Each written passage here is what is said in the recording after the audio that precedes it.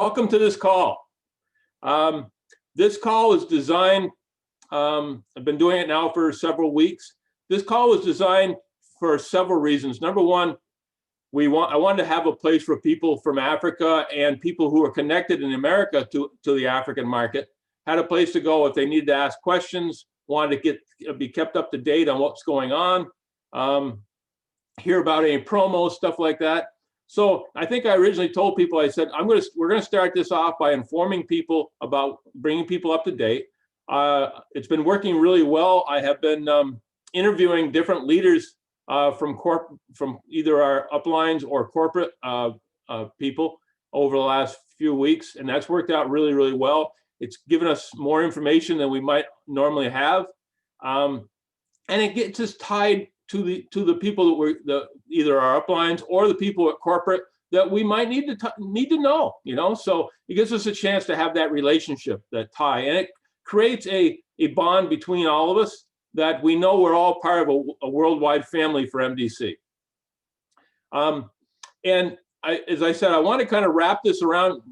Nobody's really used this for this much yet, but I wanted to create a way so that if people had questions at the end, they could ask them, so we can keep people up to date on what they want to know. And also, I want to invite you all, if you have questions during the week that you want answered that maybe I wouldn't know the answer to, send them to me, and I'll either get the answer back to you personally, or if it's something that I think would be good for the group, I will find the answer and present it at the next Monday call. So again, I'm going to start off by talking a little bit about new markets. Got some exciting news. First of all, congratulations to Uganda. They had their soft launch last Saturday. And as Alice was just saying, about 200 people showed up. They had to have, they could only have 150 people inside, so they actually had people outside. So, I mean, it shows how fast we're growing. They anticipate 100 and they got 200. And when we do the next one that they're planning, I believe in December, we believe that one's going to be huge. So again, that's what's happening in Uganda, and I congratulate them. I have ties with Uganda that go back several years, and it's again one of those places I feel very comfortable when I go to Africa. Next is Tanzania, or Tanzania, as you guys say. Our soft launch there is this coming Saturday. So we have an office in Uganda, we have an office in Tanzania. We have a country manager in both places. And they're going to do their soft launch there this coming Saturday. So if you have people from Dar es Salaam or close to it, invite them, get them to these calls, okay? For people here in the United States, reach out to, go on Facebook, find groups that are, Tanzanians in the US. Reach out to them, create a bond, create a relationship, and then through them, build your business over there. So again, there's a lot of ways we can build this business in Africa. Africa is a market that I hold very dear to my heart. I have an awful lot of friends over there, people I consider family, and I want to see them succeed, and I know they will, because they're all hardworking people. They're very sincere about this business. Next, the Democratic Republic of Congo, the DRC. The DRC's office is going to open in Kinshasa sometime this week, okay? And one of the things that the DRC has an advantage over East Africa right now is the fact that they've already been approved to sell this CBD oil, the tinctures. So that market, I'm sure, is going to explode. We have an office in Kinshasa, like I said, with a country manager. We also have an office in Goma on the other end of the country. So lot of potential there. So that's what we got that's opening right now. Next thing I want to talk about is promotions. We got a lot of stuff going on, guys, here in November. You guys should be just incredibly excited. Take the normal growth that we got going on in these countries and add to it the fact that, number one, we have in November what's called the 10X match. If you guys create 1,000 BV worth of new business, brand new customers, brand new distributors, if you get 1,000, now if you're at the executive level, you would normally make $500. Well, this month, if you each reach that 1,000 BV, you're going to get an extra $100. So it goes from 500 to 600. Okay, so that's pretty exciting by itself. And then you add to the fact that because this month is our 6th anniversary as a company, our owners have created what's called the November Rank Incentive Bonus, and this is a one-time bonus. Now we all know that if you reach 5K for 3 months, you get a $500 bonus, and if you reach 10K for 3 months, you get a $1,000 bonus, and if you reach 25K for 3 months, you earn a $2,500 bonus. Well, guess what? For reaching it this month, just one time, this is a one-time thing, but if you reach it this month in November, they're going to give you that for 5K, you're going to get 500, 10K, you're going to get 1,000, 25K, you're going to get 2,500. That's a bonus just for this month and has nothing to do with you doing it 3 consecutive months. So you could, on a 3-month growth spurt for you guys, if you hit 25K this month, you would not only make 2,500 this month, but 3 months from now, you're going to get another 2,500. So pretty sweet, right? So that's going on. And then to add to that, we have the Vegas Leadership Retreat. That's a contest that's going on right for the next 3 months. If you can reach 25K twice out of the next 3 months, you're going to qualify for a leadership retreat in Las Vegas, Nevada, in the United States. And the company's going to, if in Africa, the company's going to give you $1,000 towards your travel. If you're from the United States, they're going to give you $500 towards your travel. Once you get there, they're going to pay for your room. They're going to pay for your meals. They're going to pay for some of the transportation to meetings and stuff like that. So again, think about this. If you guys, there's several people in this group right now that I know can reach 25K all 3 of the next 3 months. And that's going to give you 2,500 at the beginning, 2,500 at the end, and a all expense paid trip to Las Vegas to meet the owners, to see the company. I mean, pretty exciting stuff. I mean, I can't imagine any other company having anything close to this. So again, that's what we've got going on right now. And if you add to that the fact that I've noticed over the last couple of weeks that several other network marketing companies are struggling a little bit, and some of the people are starting to get a little frustrated and are looking for new homes, reach out to people from other network marketing companies. Just tell them what we have. Send them a copy of the comp plan. Tell them what our incentives are for this month. And I'll tell you, there's people out there right now that have 500, 1,000, 2,000 people on their teams that are looking for a different home right now. I'll tell you, I know that for a fact because I've talked to some of them. So reach out. Don't be afraid. The worst they can say is, no, I'm not interested. So that's going to bring us up to date right now. The next thing I want to do, you know, again, I've been very, very fortunate to ask some of our uplines, some of our corporate leaders to get on these calls and chat with us. And they've all been very gracious and said, sure, you know. So just the fact that we have a company like ours where we have access like we do, that's not the norm in a lot of network marketing companies. You know, usually you talk to some of the higher ups and they're, yeah, you know, you do your thing and we're doing our thing and let's keep it that way. Well, we have a team that's truly a family, truly work together, truly want everybody to succeed.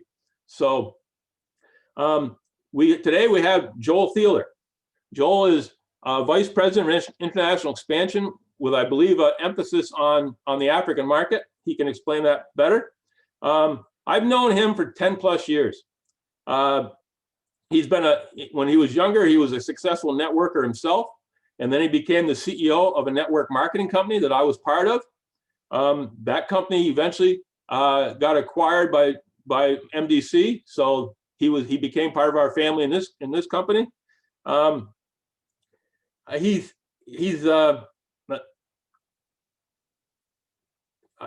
guess I've told most everything I had to say. Again, I think he's focused primarily on Africa. I'll let him explain that a little more. I consider him a friend, a fellow world traveler. We've run into each other in Nigeria. We've run into each other in Kenya. He does a lot more travel than I do, but it's nice to have somebody out there every once in a while you bump into that's part of your family that you've known a long time.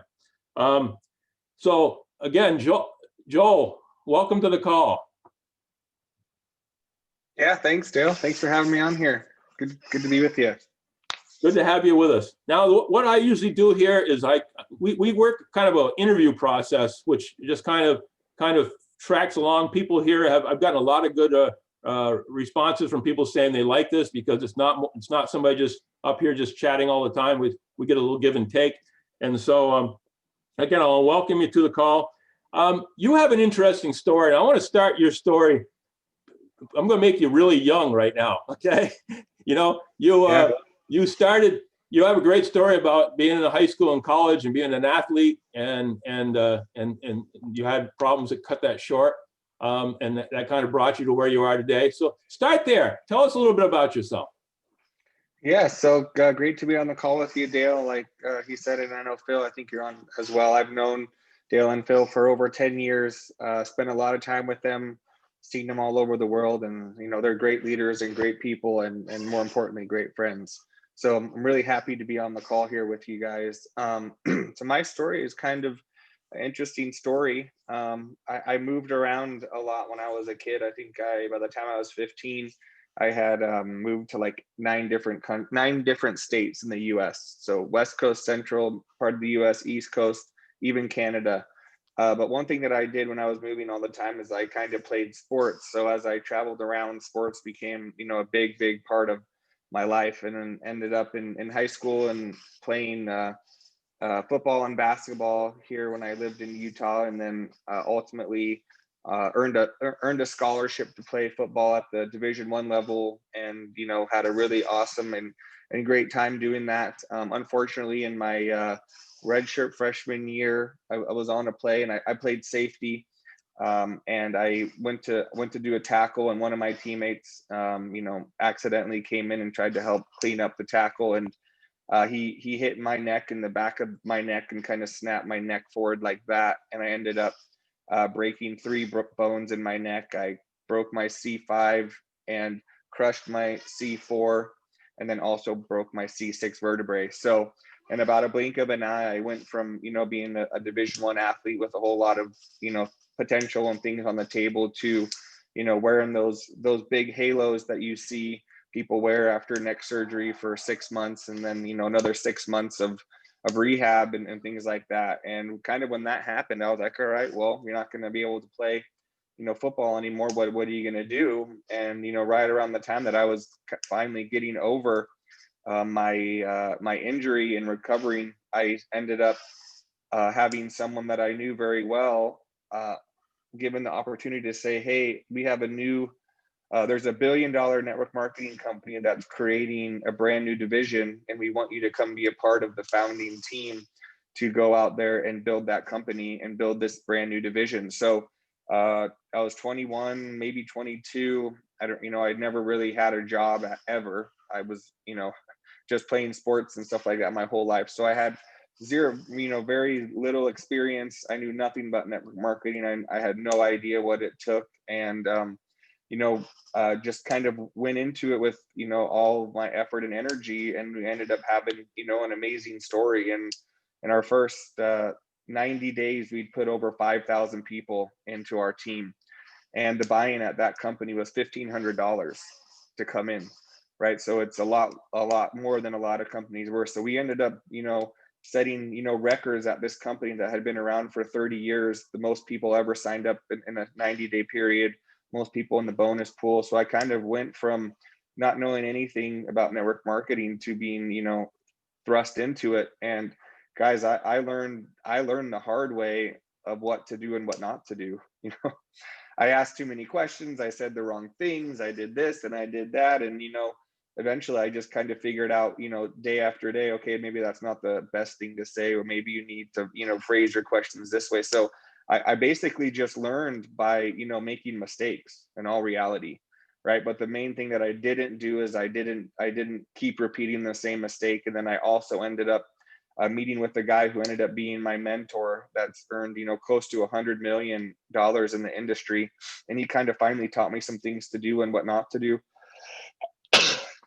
Excuse me. And ended up going from there and was with that company for, about 3 years.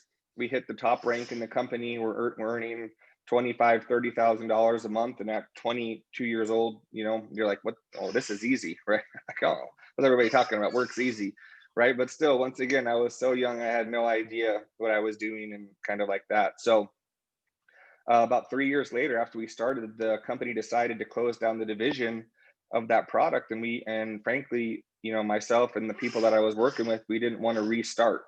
We didn't want to go sell these other products as we didn't have any appeal towards them.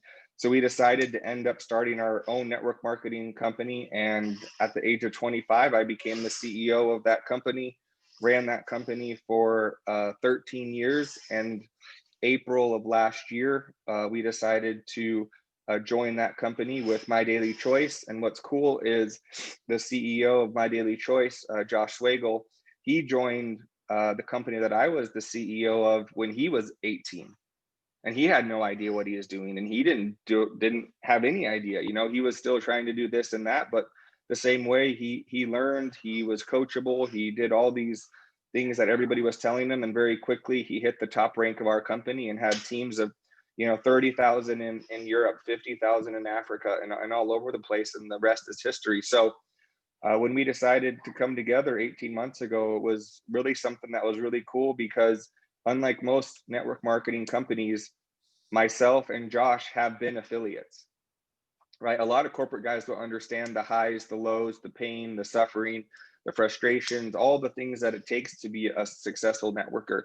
So it was really cool to know that when we were deciding to merge our company, that we were going to merge our company with someone who has had experience like Josh as an affiliate, but then also the experience to kind of lead us into a brand new opportunity. So it's been amazing.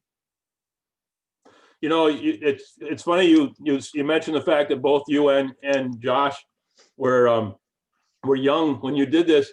I think there's an advantage to that, to be honest with you, because you haven't been beat down by negativity as much as people that are a little bit older, that they are being constantly told, hey, this is your lot in life. And so that's one of the biggest things we have for all people in network marketing or any business, is the fact you have to realize that the world tends to be a negative place, and you have to overcome that. You have to go in with your eyes wide open that there's going to be negativity in this business. And and the other thing that you said that I thought about was they always talk about, you can't say the wrong thing to the right person. So you were doing what you needed to do. You were getting out there and exposing yourself to as many people as possible. And if you found the right person, is really, you couldn't do it wrong. If the right person wants to get in this business, like Josh just had a call that everybody should listen to, talking about Andrew Poe. And Andrew Poe was not going to be denied. Okay, he was going to be in this business. So when you're lucky enough to find somebody like that, they'll build your business with or without you, kind of situation. So again, it's so much about the numbers, just going through the numbers. And that means getting out there every day and knowing you're going to get, X amount of no's before you get a yes. So you came, we were together 18 months ago, a bunch of us, when this was all proposed to your company. And, some of us leaders all gave our blessing to the merger, which was nice that we were involved in it. You guys didn't have to do that for us, but it was nice to be able to sit in and see what was going on. We thank you for that. So you became a vice president of international expansion, and you've been all over the world with that. So tell us, kind of follow up from there. Tell us where you've been, what you've been doing, how you've been doing it, what kind of I know you've had to deal with a lot of government stuff and stuff like that. Just kind of give us a resume of what you've been doing in the last 18 months. Yeah. So what's cool is in the previous company, like I had said, part of my job over there was to open up new countries and new regions. So I had a lot of experience, and I'd opened about 65 countries over a 7-year span at the previous company. And 18 months ago, guys, Josh and MDC was only in the US. They weren't anywhere else. So Josh was like, well, I know you know how to do this, so I want you to come in and I want you to open up the world to My Daily Choice. So I instantly went to work, and we started working on Ghana, Nigeria, Kenya, South Africa, Europe, Taiwan, Japan, Mexico, um, Canada, DRC, Tanzania, and Uganda. So if you look at the last 18 months, My Daily Choice has probably spent around $1.5 million in Africa alone, just to open these markets, because Josh wanted to open them up the right way. And I was like, if we don't open up the right way, we're just going to be a flash in the pan and disappear. Meaning, we had to go through proper registrations. We had to get proper banking. We had to get, proper ways to make sure everybody felt good about talking about the business. And there was nothing hiding. There was no shady deals. There was no anything like that. Everything was, above board. And in a very short time, we opened Nigeria, and then Ghana, and then South Africa, all within my first, 7 months of being in the company. And then you fast forward a little bit longer, we started Taiwan, we started Canada, we're all over Europe now. And then February of last year, we finalized Kenya. And then right after that, we started working on Tanzania and Uganda, which Uganda just launched this last weekend. Tanzania is this upcoming week. DRC is right now in its beta testing, and that will be a soft launch in the next 2 to 3 weeks, right? We're working on Zambia, we're working on Botswana, and some other markets as well. So if you look at everything that we've done, we've done it the right way. We've made it so that affiliates can come in and have, success. They know that everything we've done is on the up and above board. And, if for example, there's a lot of companies out there that will try to push their products even though they're registered, right? So all of the things that we do is we don't do anything like that. Either every country that we're in has product registration, or we have documents from the governments that state, hey, we know you guys are in registration process of the products, and here's a document to allow you to import legally while we finish your registrations. So we don't ship any products anywhere. We don't sell any products anywhere unless they meet those requirements. So the reason that's important to everybody on this call is, the company is going to be there and it was set up with a solid foundation. We have bank accounts in all of these countries where we can pay you guys through local currency. Because guys, I've been doing Africa and selling products in Africa for 10, 12 years. And if you don't have a local bank account, it's very, very hard for Africans to get paid, because it's very, very hard for them to validate who they are, right? They might not have the correct information to say, no, this is my address, when a lot of them live in a house that's been passed down over generations. Right. So when you go in and you tell them, hey, you got to get an e-wallet that's going to allow us to pay you, it's very, very hard for them to get that. So that's why our first part of the process is creating those bank accounts so we can pay you in your local currency for your commissions. Yeah, you're absolutely right. I've seen it when I've been over there. You guys are doing it the right way. I've seen so many on my travels. I've seen so many companies that come in. And I know the Africans, you call them, a lot of them call them briefcase companies or suitcase companies. They come in, they're selling products. They'll meet with, Caesar, I'm going to use you an example. Caesar worked for over a year for a company who said, you build a team and we will come. And he worked hard. He built hard. He did everything he needed to do to make this thing work. And the day before I got over there, just fate as it would turn out, he got a call from the company saying, we decided we're not going to open Kenya. Think about that. Think about that scenario versus how we do this business. Before we even went out and started looking for people, we opened an office. We had a country manager. We had a staff.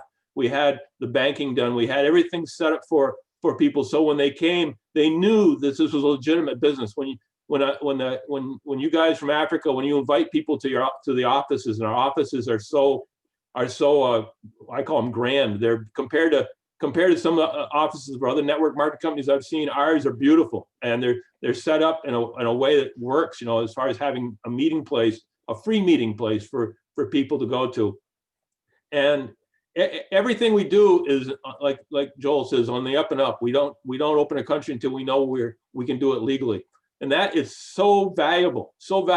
And that's the reason why you have some of these Asian companies and from other parts of the world. They come to Africa and they really have one goal. One goal is to suck as much money as they can out of the continent over the next 18 months, 2 years, and then disappear. That's their end game. That's their end game. And that's not us.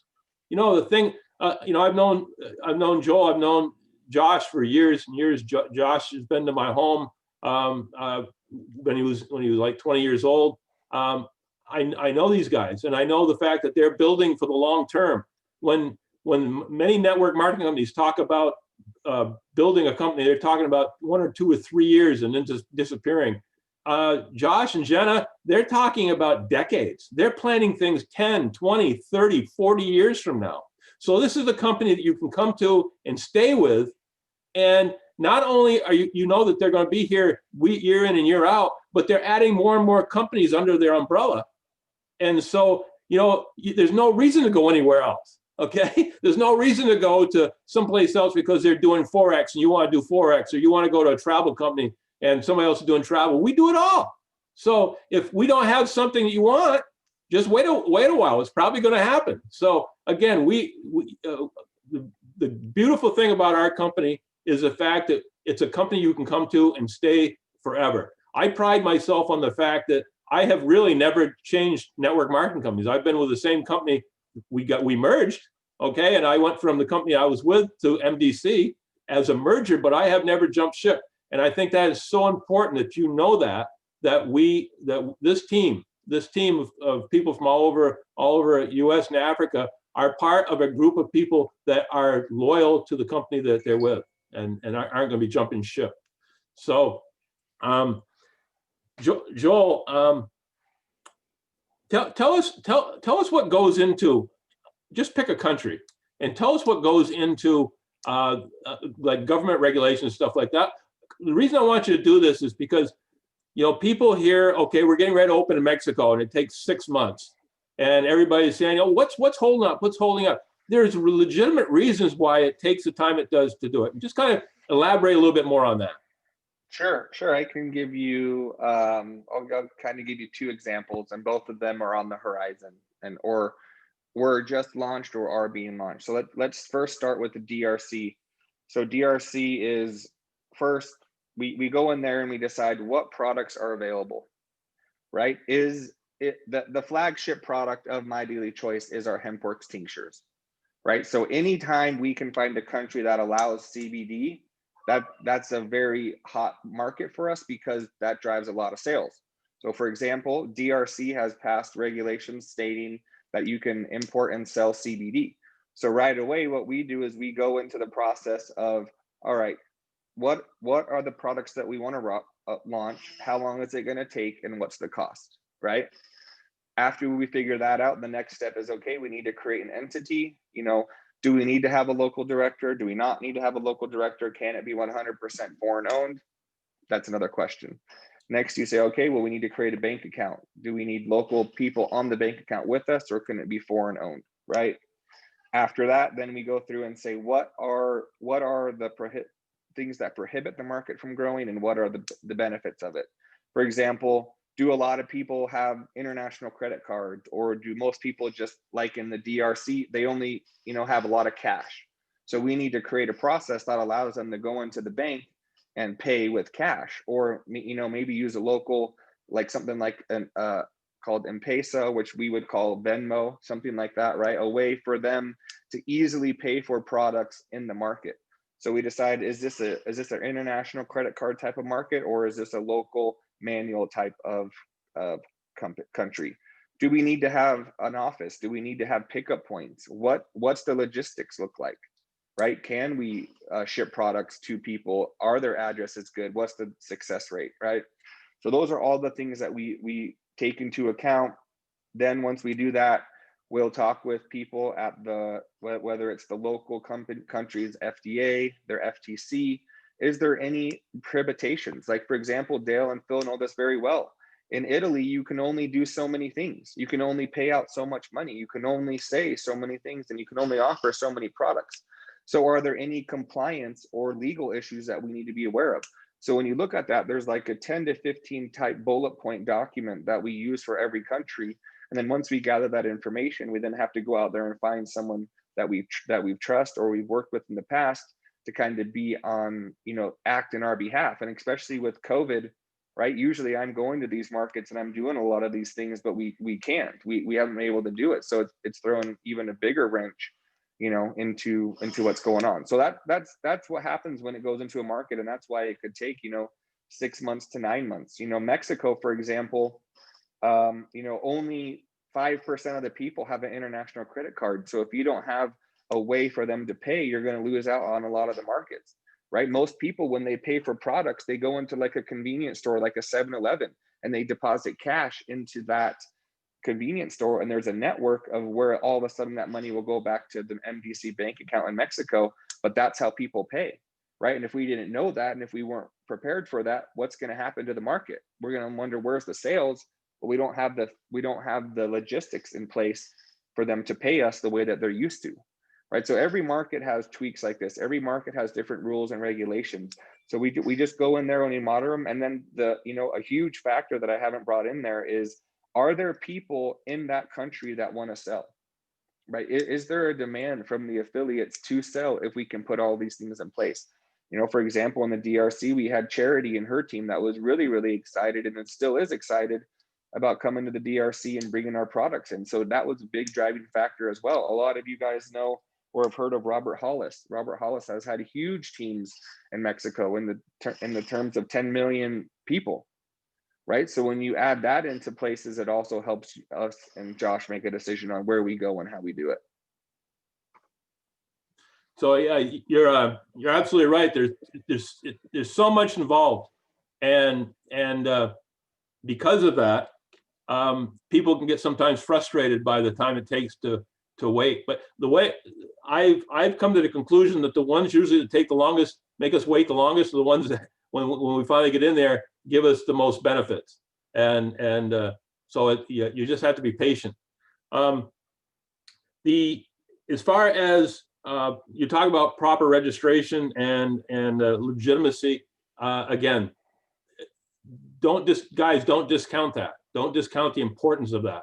If we're doing things the right way, these governments respect us, and they'll allow us to do things that possibly they wouldn't let another company do, because again, what you're building trust. Trust is everything around the world. Once a company is known as being a trustworthy company, a company that's got integrity, it paves the way for us in additional countries. And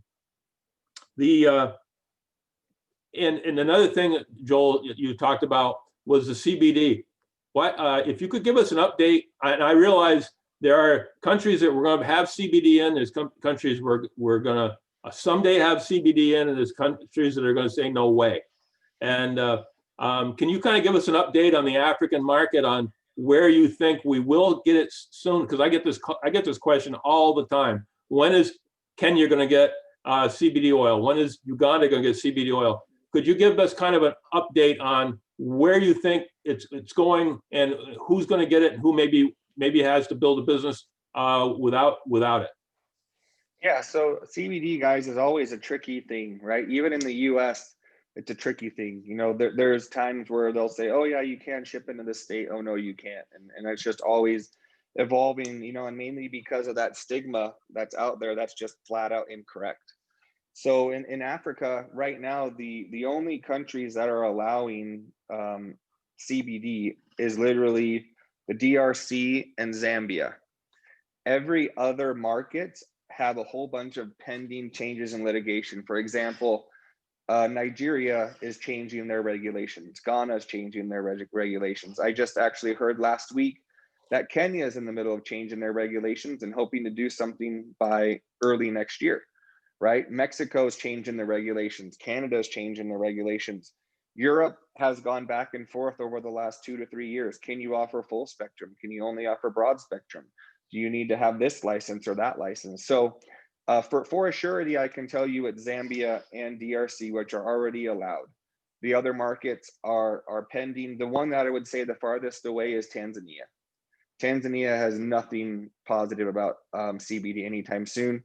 Uganda is also in the same situation as Kenya. They're looking to adjust these registrations as well. So, you know, that's kind of the status of where we are with CBD. But one thing I want to kind of point out is I actually think our new Akashics crypto and forex trading platform could be, you know, a sleeping giant, simply because it doesn't take us to register a physical product there, right? It's a digital product that you can use and that you can follow it and, you know, do whatever you want to do with that product. And it's a lot easier for us to go to our broker and say, hey, we got people in the DRC that want to offer crypto or offer forex, and then we go in there and just do a quick registration. So guys, if you are really excited about CBD but you can't offer it in that market, you know, go with the sprays, go with the essential oils, or just go with, you know, the crypto and the forex trading and learning platform, because that has nothing to be approved on, right? It's already there and ready for you to go. And I can't give you any amounts of money, but I know there are a lot of people having a lot of success trading the forex, copying our social traders. So if you guys go in there and look at it, I'm sure you'll be surprised at what people are doing and the amount of money that they're being able to make daily. Obviously, there's risks, it's trading, things like that. But you know, these people are mirroring very, very successful traders, and you know, are having, you know, and what I know from Africa, the amounts of money that are being earned daily would be a huge number in Africa. So don't ignore that one. That one's one of my new favorite products that we have. Yeah, you're absolutely right. But between that and our travel portal, those are things that we can sell almost anywhere without having to get approval. One last question I have on that is, you know, like East Africa has the East Africa Coalition, and I know there's a similar one in Nigeria that includes several of the countries around there. Well, let's use East Africa for an example. East African Coalition, which I believe is 7 countries. If one country gets approved for CBD, is that going to help pave the way for the rest? Technically, yeah, that's the hope.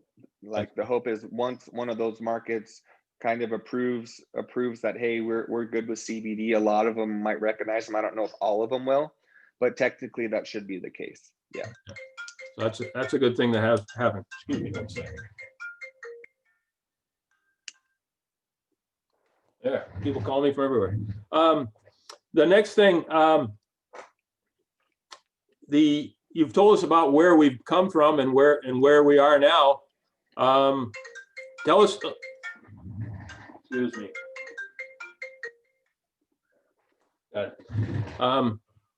Tell us a little bit about what you see going on over the next, let's say, 6 months, as far as additional growth. Not just in Africa, but one thing I noticed about when I was in Africa, especially East Africa, there's a lot of East African relationships with the Philippines, with Asia. A lot of African people send their kids to school in Africa, so there's that kind of a tie-in. So give us an idea of what you have planned for the next 6 months.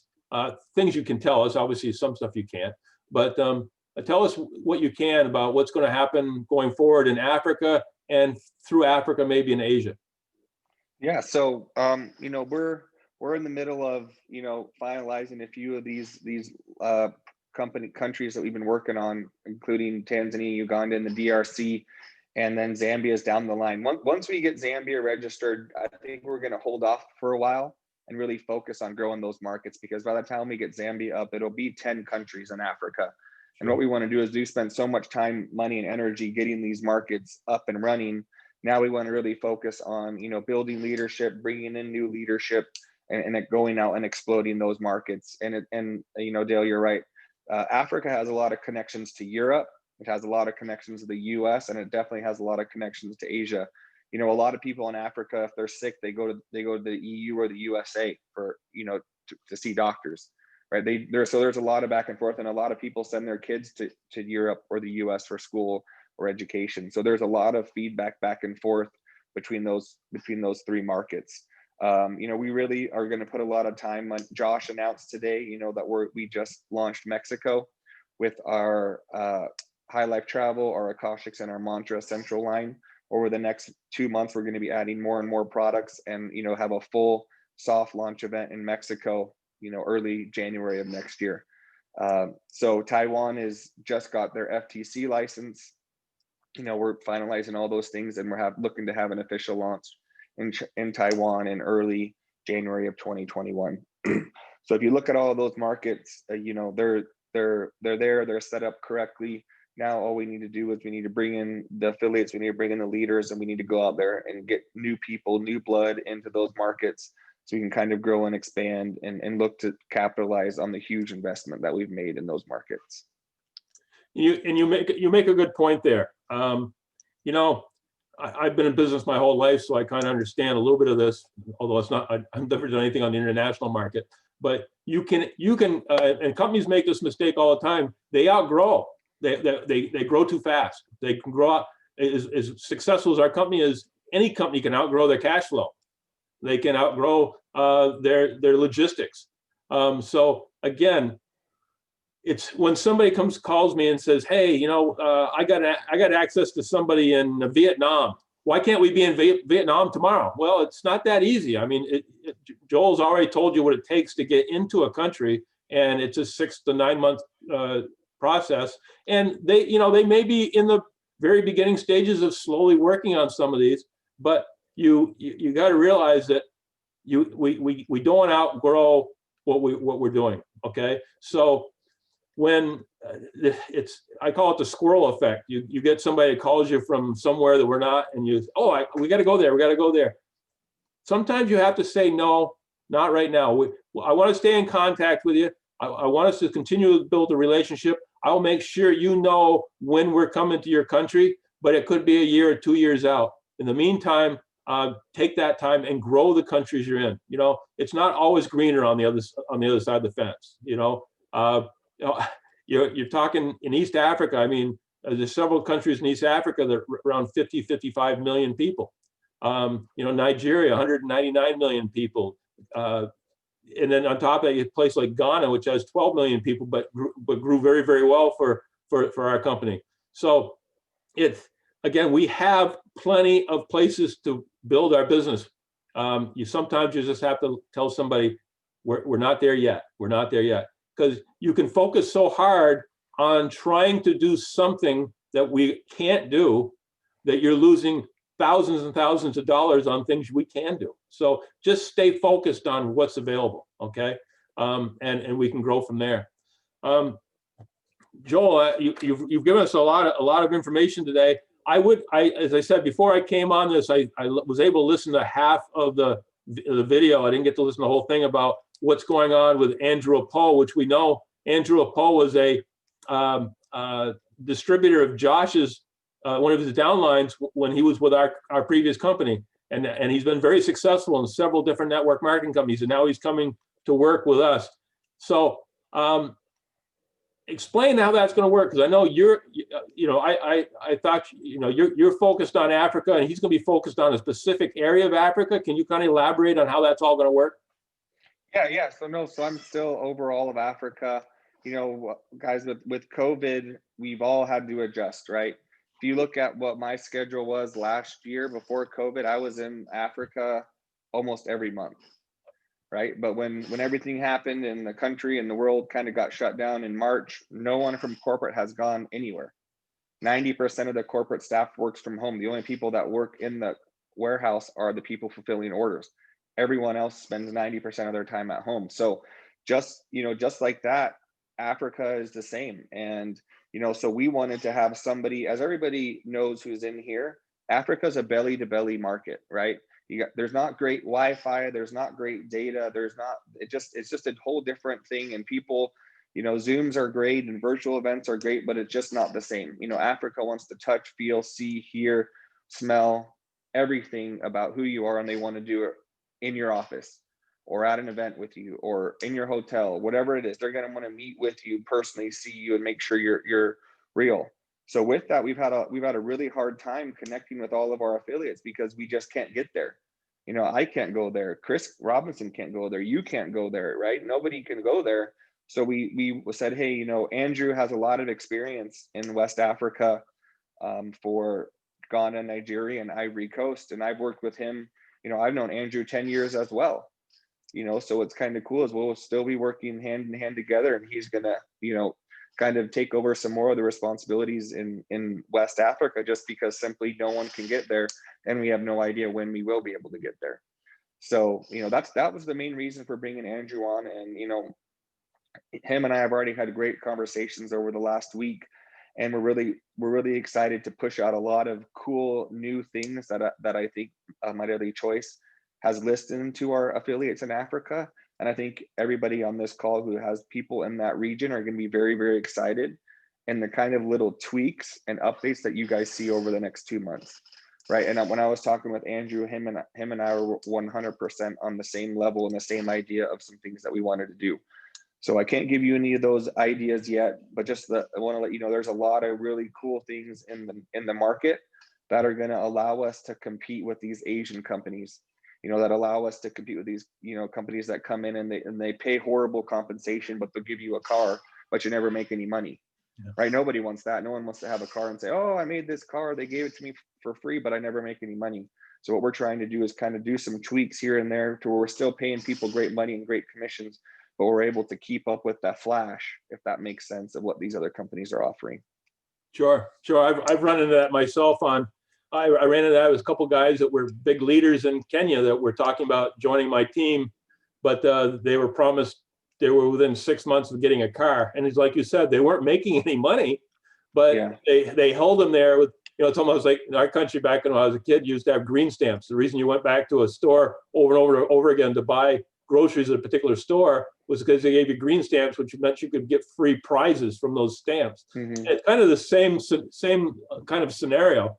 And because of our comp plan, we do pay you at, you don't have to be a diamond in a company to get a car. You can earn a car for as little as being, a 5K. You can start earning money towards a car. So again, I think long term, as you just said, our commitment to our comp plan is much better than what a lot of other people are offering.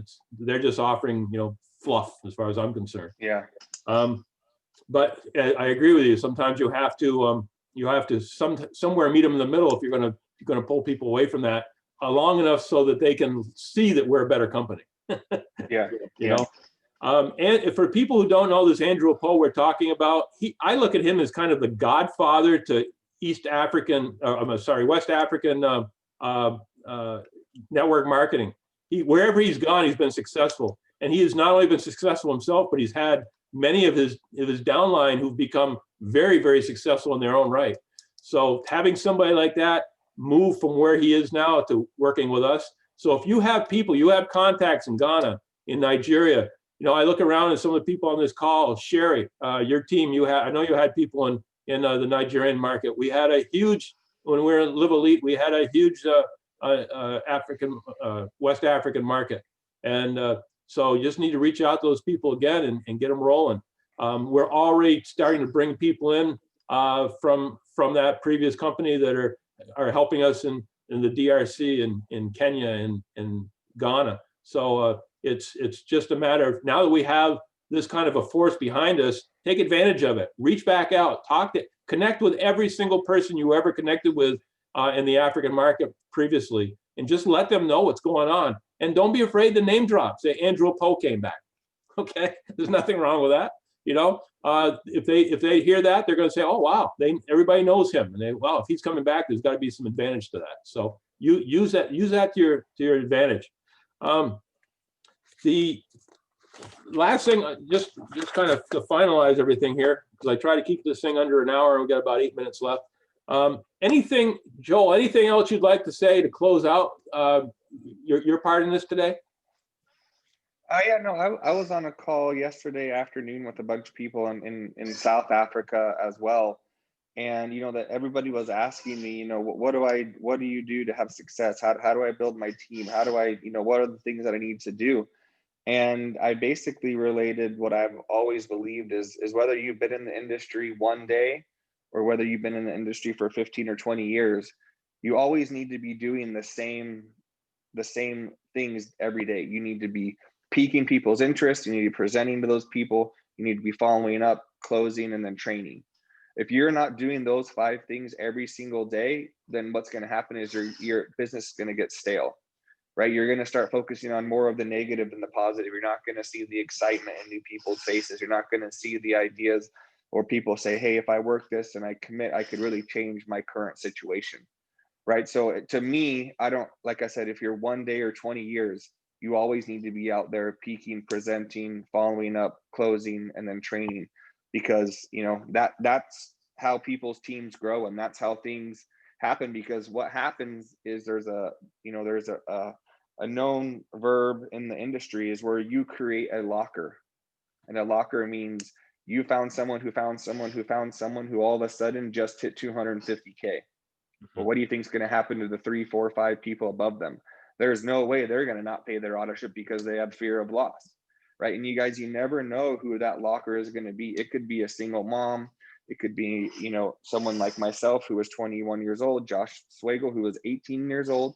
You never know who those people are. So that's why I'm saying you're always talking, you're always peaking, you're always inviting, and you're always following up, because you never know who that locker will be. And what happens is, if you're going out there and you're talking to as many people as possible, what I love about My Daily Choice is we have the best system in the industry. There's so many capture pages. There's so many autoresponder emails. There's so many things that you could talk to people about, right? You could say, hey, I'm a part of a company that's been around for 6 years, and we have 3 of the top 10 earners in the entire United States. Every company that we compete with is $1 billion company, and we haven't even hit 200 million yet. So what does that tell you about our comp plan, right? What products are people excited about? You have our daily sprays, you have our HempWorks line, you have our hair care line, you have our High Life Travel, our Akashic line, and you have our Mantra Essential Oil line. So there's no reason, there's not one person that wouldn't be interested in one of those 6 things. There's not one person that would either want to be an affiliate or want to be a customer, right? We have insanely high retention at My Daily Choice. We have so many customers that place orders every single month. That's why the company is so steady. We actually have a 6-to-1 ratio. We have 6 customers to every 1 affiliate. Remember, customers don't buy product because they're getting paid. They just buy product because the products work, right? And that's a very good testament that I think everybody should be telling people, is because we have the ability to just offer great quality products that people like. Every company that I've been around, the company was lucky if they were 50-50. They were actually probably happy if they were 40% a customer, 60% affiliates. Most companies average around 80-20. So My Daily Choice is the exact opposite. Josh has come out with tons of things. Guys, it would be very easy for Josh to sit back and just reap the success that he's created. Right? It would be so easy for him to say, oh, I've created a company that grew from 10 million to 110 million to almost 200 million in the last 3 years. And I can just sit back and rest on my laurels. But instead of that, new website, new capture pages, new product lines, new expansion, all of these types of things. So, when I tell you My Daily Choice wants to be a $1 billion company in this industry, that's Josh and Jenna's goal. And that's why they're constantly reinventing themselves, because they know that as times change and as people change, we need to make sure we're on the cusp of those changes. So, guys, we have awesome promos going right now. You're getting paid extra money for everything that you're doing, creating new volume, hitting new ranks, right? And you still get the regular comp plan. I mean, if you add in all those things, we're probably paying out close to 100% of total commissions just because of what we're doing.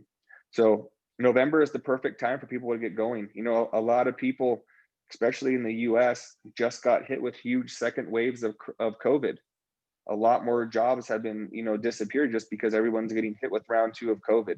So if people in the US, we have an option. If people in Africa, they're at the same thing. They're fluctuating back and forth of closing or not closing. But what I can tell you is, unlike every other company that I've heard of, we've never shut our doors 1 day in any of our markets.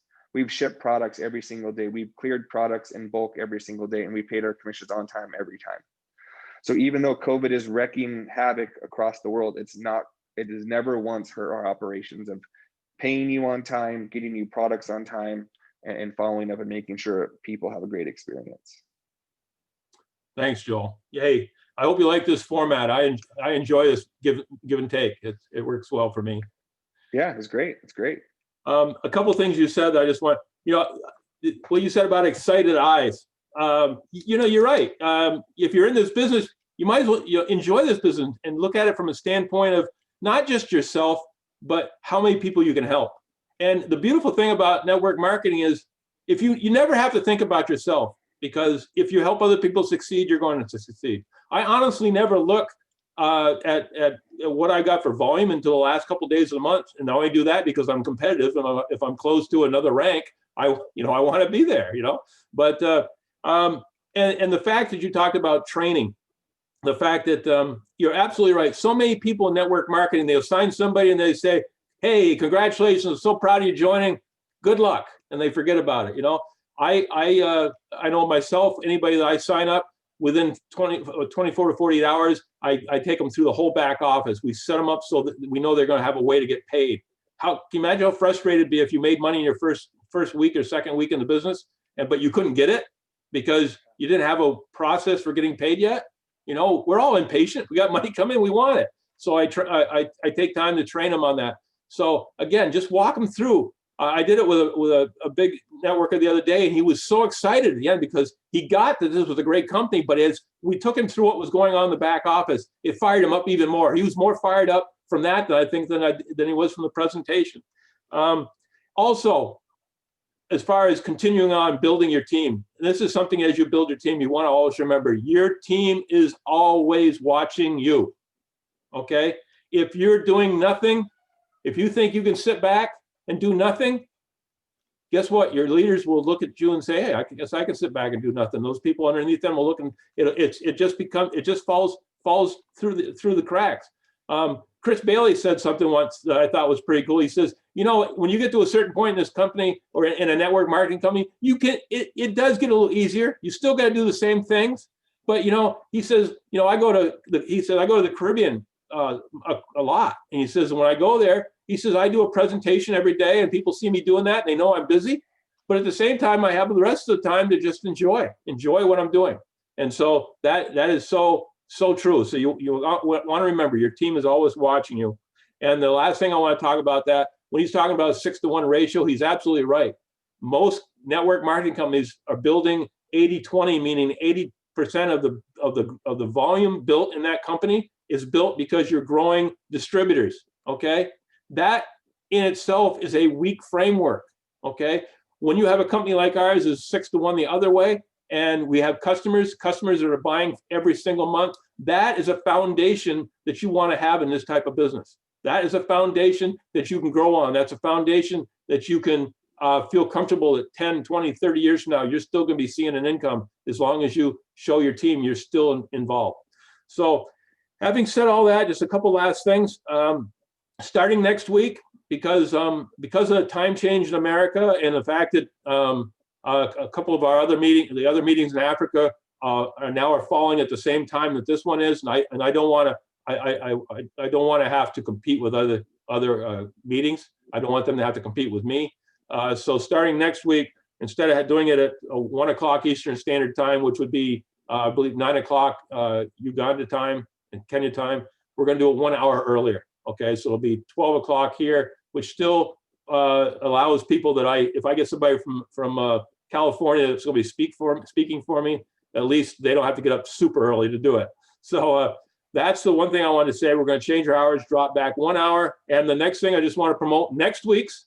We had a great time today with Joel. Next week's we're going to have Chris Robinson. Chris Robinson was the first distributor in this company. He's going to be with us, and we're going to learn from him, hear his story. So having said all that, we've just been at just about an hour. That's what I like to keep it at. I hope you all got something out of this. If you're not excited about after you hear some of the stuff that's going on with Africa and Asia and what we're doing with these new promotions and stuff like that, really check your heart. you might need to take something for that. But again, I'm excited about where we're going with this. I'm so proud of all you guys for the hard work you do. And feel free to reach out to me with any questions, any comments, and we'll see you again here next week. So having said that, everyone have a great week. I love you all. And thanks again, Joel, for doing a great job. Thanks, everyone. Bye-bye. Bye.